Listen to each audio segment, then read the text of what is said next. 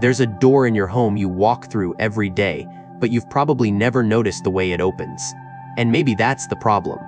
Because sometimes, the energy in our homes isn't just stuck, it's quietly pushing good things away.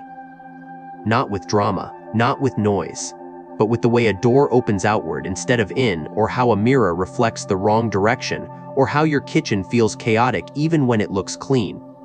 This isn't superstition, it's about space. About the way certain layouts, colors, and placements either support you or slowly drain you without a sound. You might be doing everything right, working hard, taking care of your family, showing up every day, but still feeling like something's off. Like you're running in place, like your home holds you, but doesn't hold you. And when that disconnect starts inside your own walls, it shows up everywhere else in how you sleep, how you think, how you spend, how you speak to the people you love most. Your home doesn't need to be perfect, but it needs to work with you, not against you. And the truth is, there are small, subtle shifts that can unlock that flow again. Not by buying anything new, not by changing your entire style, but by understanding how energy moves through a room and where it might be getting stuck. Today, we're going to walk through your home together, not with a measuring tape, but with awareness. We'll look at the door that opens too wide, the stove that stares down your sink, the bed that faces the hallway like it's waiting for something. These aren't big things, but they're the kinds of details that make a home feel lucky, calm, and quietly powerful. And maybe, just maybe, they're the reason your life's been holding its breath. Number 1. Your front door is speaking. Are you listening? You walk through it every day. Sometimes with your keys in your mouth, your arms full of groceries, your phone ringing. You barely notice it. But your front door notices you. It holds more than just hinges and locks. It holds the first impression of everything that wants to come in: opportunity, clarity, connection, calm. Or, in some cases, the quiet rejection of all of those things. Here's the part we never think about. Your front door doesn't just keep people safe. It filters energy. It sets the tone for your entire home. In Feng Shui, the front door is known as the mouth of energy, the place where all life force enters your space. That may sound poetic, but it's also practical. If the door is blocked, cluttered, jammed, or opens in the wrong direction, you're not just making it harder to walk inside, you're making it harder for good things to enter your life. Now, think about this. Have you ever had a season where everything just felt stuck? Like you were doing all the right things, but nothing was moving? The job offer didn't come. The money didn't stretch. You were always tired. Arguments happened over nothing. You blamed stress, timing, the economy. But what if part of the stuckness was architectural? In so many homes I visit, I find front doors that push outward instead of welcoming in. Doors that are heavy, squeaky, jammy, or overshadowed by clutter. Doormats that are half curled, lights that don't work, shoes and boxes piled like little barricades. And every time I see that, I wonder, how long has this home been unknowingly pushing away the very life the owner is trying to build?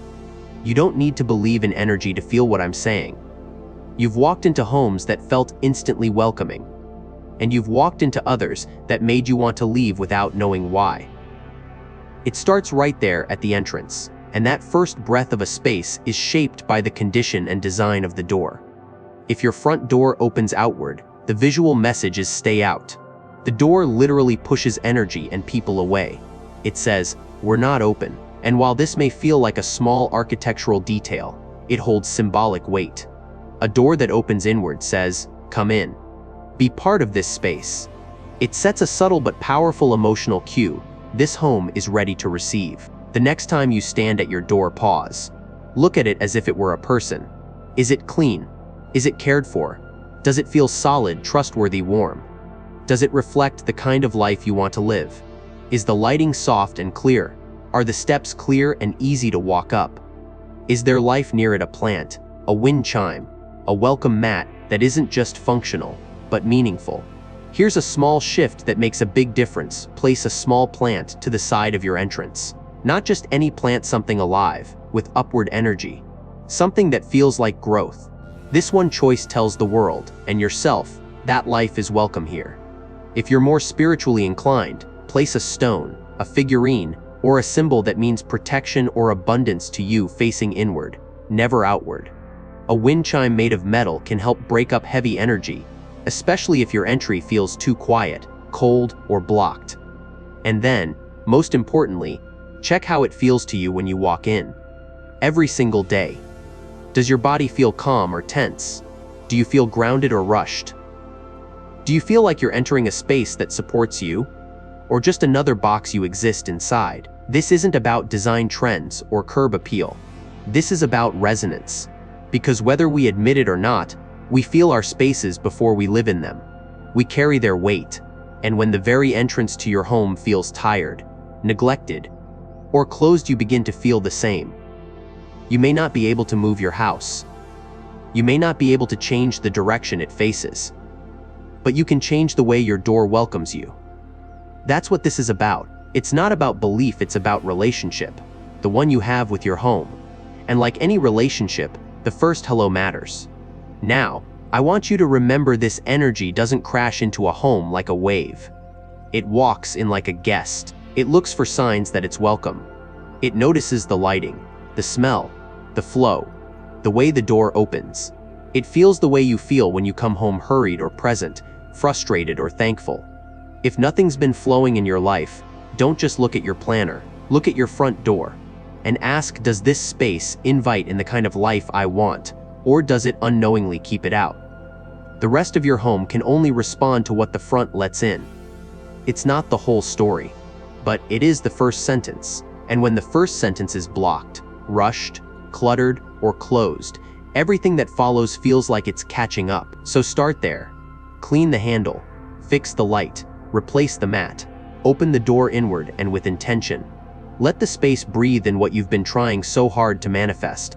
You might be surprised how much shifts simply by letting life know you're ready to receive it. Because maybe luck isn't lost. Maybe it's just been waiting at the door. Number 2. Your kitchen isn't just cooking, it's reacting. You can clean it, scrub it, decorate it, but if your kitchen is out of balance, you'll feel it. Not in the food, but in your body, in your mood, in how money slips through your fingers, or how dinner always feels rushed, tense, and strangely joyless even when you try your best. That's because your kitchen isn't just where meals are made. It's where energy is exchanged. Daily, quietly, and constantly. In Feng Shui, the kitchen is more than a cooking space, it's the heartbeat of your home's vitality. It governs nourishment, wellness, and yes, abundance. But this isn't about tradition. This is about reality. Because whether you believe in energy or not, you felt the difference between cooking in a warm, glowing space and standing in a cold, cramped kitchen with sharp light and even sharper tension. The difference isn't in what's on the plate, it's in what's in the air while you're making it. Let's start with one of the most overlooked layout problems, the stove directly facing the sink. Fire facing water. In theory, that sounds neutral. In reality, it creates a silent tug of war between two opposite forces. And in a space meant to nourish, that imbalance doesn't just affect your food, it affects you. Over time, this subtle conflict can show up in unexpected ways: fatigue that lingers no matter how much you sleep, short tempers, missed opportunities, or a sense that life keeps slipping past just as you're about to hold it. Now, not everyone can remodel their kitchen, and that's okay.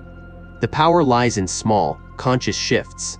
If your stove and sink are facing each other, place a soft element between them, a wooden cutting board, a thick rug, even a potted herb like basil or rosemary. What you're doing isn't mystical, you're simply diffusing tension in the room, the same way you'd diffuse tension in a conversation. You're creating space where pressure once lived. Look closer at how your kitchen feels, not how it looks. Is there a tightness in the air when people enter? Do family members tend to argue here? Is there a drawer you avoid opening? A corner that never feels clean, no matter how much you wipe it? These are subtle signals that energy is pooling or clashing in unhealthy ways. A chaotic kitchen doesn't just make for rushed meals, it creates a ripple effect. Meals eaten in stress digest differently. Conversations held in tension linger. And over time, that builds an emotional weight into your everyday routine. Think about your stove. It's not just an appliance, it's a symbol of wealth, transformation, and warmth. In many traditions, it's the sacred fire of the home. But when that fire is dim, dirty, or placed where energy rushes in too fast, like directly in line with the front or back door, you're cooking in a current that carries energy away just as quickly as it's built. You might feel like you're working hard but not gaining ground. Making effort, but losing momentum. This isn't just metaphor. When energy can't settle in your cooking space, results emotional, physical, or financial struggle to stick. Here's another detail that matters more than it seems: lighting. Kitchens that feel gloomy or harsh interfere with appetite and mood. Swap out bright, cold bulbs for soft white or warm-toned light. Clean your windows. Let natural light in if you can. And if your kitchen lacks sunlight entirely, bring in symbolic light: a candle, a salt lamp, or even a small lamp you turn on while cooking. It tells the space, I'm here, I'm present. This moment matters. And then there's the clutter. Not just physical, but energetic. Knife blocks in full view. They create sharp, cutting energy. Trash cans in the center of the room. That's where energy should circulate freely, not sit heavy. Keep cleaning supplies behind closed doors. Throw out broken items. Fix what squeaks. Clean what you've been ignoring. These little acts aren't about perfection. They're about permission, the kind of permission that allows a space to breathe again. Your kitchen should be a space of intention, not pressure. Meals don't need to be fancy, but the energy behind them does need to be calm. If you're cooking with stress, your food carries stress. If you're always multitasking while prepping dinner, scrolling your phone, shouting down the hall, wiping counters mid-sentence, then your kitchen becomes a space of disconnection. And it's not about blame, it's about noticing. So here's a moment to pause and ask, when was the last time you stood still in your kitchen? Not chopping, not cleaning, just breathing? When was the last time you put on music, lit a candle, and treated dinner like a small ceremony instead of a daily demand? When was the last time your kitchen felt like a place that supported your well-being instead of one more thing to keep up with? Your home is speaking. Your kitchen is reacting. Not to your skill as a cook, but to your state of being. And if that space feels constantly rushed, drained, or heavy, it will reflect that energy right back into your meals, your mood, and your money. But the good news is, kitchens are forgiving. One shift in layout, one change in lighting, one plant placed where fire and water once collided. That's all it takes to create a new emotional climate in the space where your life is most physically nourished. Let it start today. Clean one corner, replace one bulb, place one item with care, and cook your next meal not just for nourishment, but for alignment.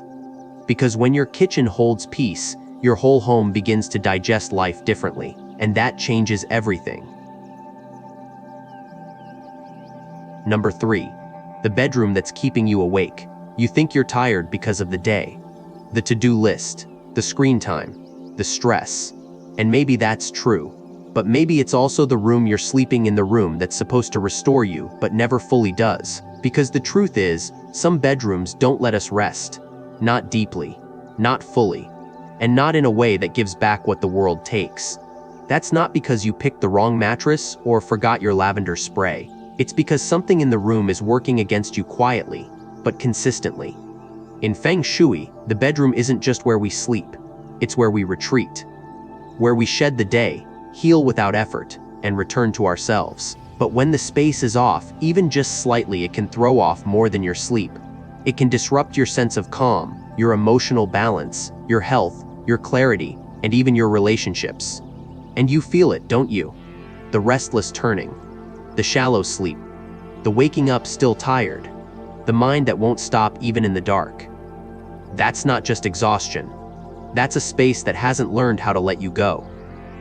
Let's start with one of the most common issues: bed placement. If your bed is in line with the door, facing it directly, you're sleeping in what many traditions call the energy pull zone. It's where movement, distraction, and subconscious alertness gather. Even if you don't consciously notice it, your body does. It never fully drops into safety. It stays slightly braced, night after night. Move the bed, even just a few feet, so it's not aligned with the door. Instead, let the door be visible from the bed, but not directly across from it. This small shift creates a powerful energetic boundary, one that says, "Here, I'm safe. Here, I can let go." And then there's the wall behind your bed. Is it solid, supportive, or is it a window, a gap, or a collection of clutter? Your headboard and the wall behind it should feel strong. It's the backdrop to your rest, the spine of your sleep. A wobbly or empty space behind your head creates a subtle unease, a lack of anchoring. Make it solid. Make it intentional. Let your rest have something to lean on. Now think about color. A bedroom painted in overly bright or saturated tones may look exciting during the day, but it overstimulates at night. Our nervous systems crave softness in the dark. Pale blues, warm taups, muted greens, soft ivory, these aren't boring colors. They're calming frequencies. They tell your body, you can stop now. The same goes for lighting. Overhead lights can feel harsh or clinical. Bring in lower lamps. Layer the glow. Give the room warmth, not just light. Look around the room. What's on the walls? What images do you see before you fall asleep? Are they restful? Do they speak peace or tension? Avoid aggressive imagery, chaotic art, or mirrors facing the bed. Mirrors bounce energy, and in a space meant for deep stillness, that can feel like sleeping in motion. Replace them, cover them, or reposition them. Instead, bring in artwork that soothes you. Landscapes, soft abstracts, something you love without having to explain why. The air matters too. Heavy, stagnant air, especially in rooms with poor ventilation, can weigh down your mood without you noticing. Open a window, even just a crack, to let the air shift. Diffuse calmings: lavender, sandalwood, jasmine, or cedar. Let scent become a signal to the nervous system that it's time to return inward. And please, let go of clutter, especially under the bed. That's not hidden space, it's energetic buildup. Storage bins full of old taxes, shoes, or forgotten gifts create weight. You may not see it, but your body knows it's there. And it doesn't forget. Clear it. Release what you no longer need to sleep beside. Your bedroom doesn't need to be perfect. It just needs to feel like refuge. Like a place where your system can power down without resistance. Because when the room holds tension, your body does too. And when your body holds tension in sleep, nothing gets fully restored. This is where the shift happens. Not in the hours you sleep, but in the quality of that rest. You can't reset your life without resetting your nervous system. And your bedroom, if arranged with intention, can become the place where that reset quietly begins. You deserve that, and your body knows it. Number 4. The living room that's not so living. You clean it, decorate it, maybe even light a candle or fluff the pillows before guests come over. But when no one's watching, when the day winds down, and the house is quiet, your living room speaks louder than you think. And for many people, it says this: I'm full, but I'm not alive. Because for all its furniture, this space is often missing one thing: flow. In Feng Shui, the living room is the energetic heart of the home. It's where people gather, stories unfold, laughter rises, and silence settles in. But it's also the place where stagnation loves to hide. Not because you're messy, not because you don't care, but because, over time, things get placed where they fit, not where they feel good. And little by little, that sense of connection, ease, and openness disappears. You start to avoid the room. You stop sitting there without a screen. You walk through it instead of into it. One of the most common blockages: the center of the room is too full. Oversized coffee tables, rugs layered on rugs, decor stacked on top of more decor. It creates a kind of visual congestion that the body responds to even if the mind doesn't catch it. Energy needs somewhere to circulate. Just like breath, just like conversation. When the middle of the room is open, the home breathes. People breathe. There's space for something to happen that wasn't planned. And then there's the seating. Where you sit matters more than you think. Sofas with their backs to the door or large windows can leave people feeling vulnerable, even uneasy. That's because, on some primal level, we like to see what's coming. We relax more fully when we feel supported from behind. If you can't change the layout, place a plant, a console table, or even a soft screen behind the seating area. It's not decoration, it's grounding. Pay attention to what the room points to. What's the focal point? Is it the TV? Is it a cluttered shelf? Or is it something that brings a quiet sense of joy? A piece of art, a fireplace, a window with light. The focal point of your living room guides the emotional tone of the space. When that point reflects balance, warmth, or nature, the whole room softens with it. Color plays a role too. Heavy, dark tones can turn the space inward, good for quiet, but not always for connection. Too much brightness, on the other hand, can feel overexposed or sterile. The sweet spot, earthy tones, soft grays, warm whites, gentle greens. They give the room a natural lift without overwhelming the senses. They say, stay a while, not keep moving. And while we're talking about senses, notice the sound. If the living room feels acoustically sharp, add softness, a rug, curtains, a fabric wall hanging. If it's too quiet, bring in subtle sound. A wind chime outside the window, a playlist that lives here and nowhere else. Sound shapes memory, and your living room should be a place where memory wants to settle. Here's a question worth asking. When was the last time you sat in your living room without doing anything? Not scrolling, not folding laundry, just sitting, breathing, letting the space hold you. If that feels uncomfortable, it's not your fault. It just means the room has lost its invitation, and you have the power to bring it back. It starts by removing what's overstayed. A chair no one uses, a throw blanket that never feels clean, an old pile of magazines that you promised you'd read but never will. The living room doesn't need more. It needs less with more care. Let it be the room where light moves through easily, where people lean in, not pull away, where conversations don't have to be loud to be meaningful. When your living room feels alive, the whole house opens. It becomes the place where connection isn't just possible, it's effortless. And maybe, without realizing it, that's the room you've been needing all along. Number 5. The bathroom that quietly drains you.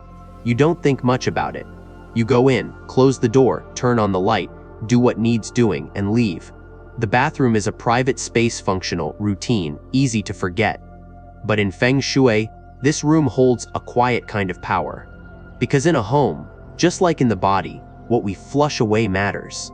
And if your bathroom isn't balanced, it doesn't just clear what's no longer needed, it takes what's still precious with it. Water is the element of flow. In nature, it nourishes, it carves, it carries. But in a home, when it's not respected, it becomes the element of loss, financial loss, energy loss, emotional heaviness that builds in places we never thought to check. And the bathroom, more than any other room, is the exit point. If energy leaks here, it doesn't return. That's why the placement and care of this space is more important than most people realize. Start with location. If your bathroom is directly across from the front door, kitchen, or bedroom, you may already be feeling the effects without knowing it. It might show up as health issues that linger, tension in relationships, or money that disappears as quickly as it comes in. That's not magic, it's momentum. When the path between nourishment, rest, and release isn't protected, energy moves too quickly. What comes in leaves just as fast. So what can you do? You don't need to renovate. You just need to become intentional. First, always keep the toilet lid closed. It's simple, but symbolically powerful. An open toilet is like an open drain for everything you're trying to build. Close it, and you start to contain your energy again. Second, keep the bathroom door closed when not in use. Think of it as a boundary, one that says, this space is necessary, but it doesn't get to define the rest of the home. Then, clean. Not just for hygiene, but for clarity. Bathrooms hold residual emotion, humidity, steam, harsh lighting, shadows in the corners, they all contribute to what we call heavy energy. Mold, cluttered shelves, expired products, damp towels that never fully dry, these aren't small things. They're signs of energy that's sitting still, and when energy sits too long, it begins to weigh us down. Introduce movement. Open a window, even briefly. Use a soft yellow light instead of stark white. Bring in life, a small plant that thrives in moisture, like a peace lily or pothos. These aren't just decorative. They're visual reminders that even in a space of release, growth is possible. Add scent too. A touch of eucalyptus, peppermint, or lavender. Let the air feel like it can breathe again. Look at what you keep visible. Do your shelves calm you or stress you? Are there too many bottles, too many reminders of routines you're not following, or items that feel more like pressure than support? Simplify. Choose what you actually use. Keep only what makes the space feel lighter. And one last detail, consider salt. A small bowl of sea salt, placed in a corner of the bathroom, helps absorb lingering energy, moisture, and emotional debris. Replace it every few weeks. Not because something is wrong, but because something is always moving. Let this be a quiet ritual, one no one sees but you. Because the bathroom, more than any other room, is where we let go. And sometimes we let go of things we didn't mean to. Energy, vitality, momentum. But when this space is treated with care, with dignity, with softness, it stops being a drain. It becomes a pause, a place to reset, a moment of quiet that doesn't cost you more than it gives. So the next time you walk in, notice how it feels, not just the temperature or the scent, but the weight of the space. Does it feel still and calm, or heavy and unclear? Because how your bathroom holds your energy is how your home processes the past. Let it do that gently. Let it help you release what you're ready to let go of, not what you're still trying to build. Number 6, the desk that can't hold a thought. You sit down with the best intentions. The coffee is warm. The planner is open. The light is on. But within minutes, your mind is drifting. You reread the same sentence 3 times. You forget what you were about to do. And you wonder if you're just tired, or if focus is something you've lost. But here's something rarely said: maybe it's not you. Maybe it's the space you're trying to think in. In Feng Shui, clarity doesn't come from discipline, it comes from environment. And your desk, whether it's a full home office or just a small corner in the kitchen, holds the weight of your mental energy. It either supports focus or scatters it. It either holds your thoughts or lets them slip away. Look around. Is your desk facing a wall, a hallway, a screen, or a sink full of dishes? Do people walk behind you while you work? Does the light glare off your screen? Is there clutter just outside your field of vision? Piles of paper, unopened mail, half-finished lists that whisper not enough every time you try to start something new. These things aren't small. They're the difference between a mind that can settle and one that keeps checking out. Your desk needs to be a container. Not for things, but for intention. When everything around your workspace is loud, bright, or moving, your thoughts don't know where to land. And when your thoughts can't land, your energy floats unfocused, unanchored, exhausted. Start with positioning. In ideal Feng Shui, your back should be supported by a solid wall. Your view should face light, not distraction. If you can, avoid sitting with your back to the door. That posture, no matter how safe your home is, creates a subtle tension in the nervous system. You're always on alert, always half aware of what might be moving behind you. And that tension adds up. If you can't move the desk, place a tall chair, bookshelf, or even a plant behind you. Something that says you're supported. Nothing's coming from behind. Next, lighting. Overhead lighting can be harsh and draining over time. Bring in a desk lamp with a soft, warm bulb. Let the light fall over your dominant hand, not into your eyes. Natural light is best, but even symbolic light can work. A candle, a salt lamp, a small string of warm-toned LEDs. Light is clarity. When it's well placed, your mind sharpens naturally. Then, clear the surface, not into drawers, not into another pile. Truly clear it. Keep out only what inspires you, calms you, or supports the task at hand. A notebook, a calming object, a single plant. This isn't about being minimal, it's about being intentional. Your brain mirrors your space. If your desk is overloaded, your thoughts will be too. And if you keep finding yourself unable to concentrate in this space, ask why. Not from guilt, from curiosity. What memories live here? Is this a corner where you've always felt pressure? Is this a surface that's seen more overwhelm than joy? Feng Shui isn't just about angles, it's about energy memory. And sometimes, a simple shift in placement is enough to reset how a space feels. Don't forget color. Your workspace doesn't need to be beige or sterile, but avoid oversaturated tones that stimulate more than they ground. Soft green, pale yellow, muted blue, or warm wood tones help the mind stay open without being scattered. These are thinking colors, breathing colors. They create quiet without dullness. And finally, give the space a boundary, even if it's just symbolic. A small rug under your chair, a curtain, a screen, a shift in scent.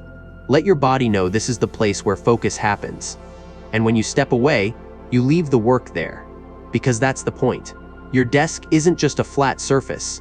It's the anchor for your mental life. It holds your ideas, your effort, your potential. And when the space is supportive, your energy doesn't have to fight to do the simplest things. It flows, it settles, it deepens. So maybe the fog isn't permanent.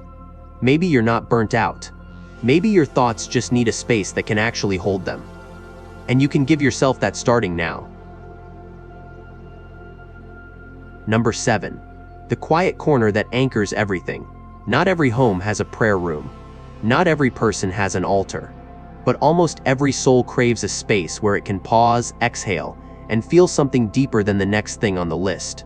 In Feng Shui, that space doesn't need to be large. It doesn't need to be ornate. It doesn't even need to be seen by anyone else. It just needs to be real, intentional, quiet, and yours. We often think of spiritual energy as something outside ourselves, something we visit at a church, a retreat, a forest. But your home can hold that same depth. Not in every corner, not in every room, but in one small place that stays still while the rest of life moves. Think about this. Is there a space in your home where you feel drawn to slow down? A spot you keep returning to without knowing why? A chair that holds silence better than others? A patch of morning light that lands in the same place each day? That may already be your quiet corner. It may already be calling you home to yourself. This space doesn't require belief. It requires presence. That's the difference. Spirituality isn't always candles and chants. Sometimes, it's just the soft decision to sit, to breathe, to be. In Feng Shui, this kind of space is considered an anchor point. It holds the deeper, invisible threads of your life together. It absorbs the weight that words can't. It reminds you without ever speaking that you are more than your roles, more than your plans, more than the noise around you. Where you place this space matters. Avoid corners near the bathroom, under staircases, or next to high traffic zones. Instead, choose somewhere slightly removed. It can be a shelf, a window nook, a small table in the corner of your bedroom. What matters is that it feels honest, untouched by performance, soft enough to hold your stillness. What do you place there? Only what feels essential. Maybe a candle, a photo, a small plant, a crystal, a quote that speaks only to you. Maybe nothing at all. Sometimes, the space is the object. You're not trying to impress anyone. You're not trying to get it right. You're simply making room for breath, for quiet, for return. Lighting matters. A small lamp with a warm glow. Natural light in the morning. A single hanging bulb. You're not trying to spotlight this space, you're trying to warm it. Let it feel like sunrise, even at dusk. And scent changes everything. A drop of sandalwood, a whisper of lavender, the subtle smoke of incense. These are not decorations. They're cues to your nervous system. Signals that it's okay to soften now. That nothing is expected. That you are safe to stop. This space isn't about rituals unless you want it to be. It can be where you sit with tea and breathe. Where you write down one sentence of gratitude each night. Where you simply touch the edge of silence for a moment before sleep. The practice doesn't matter. The presence does.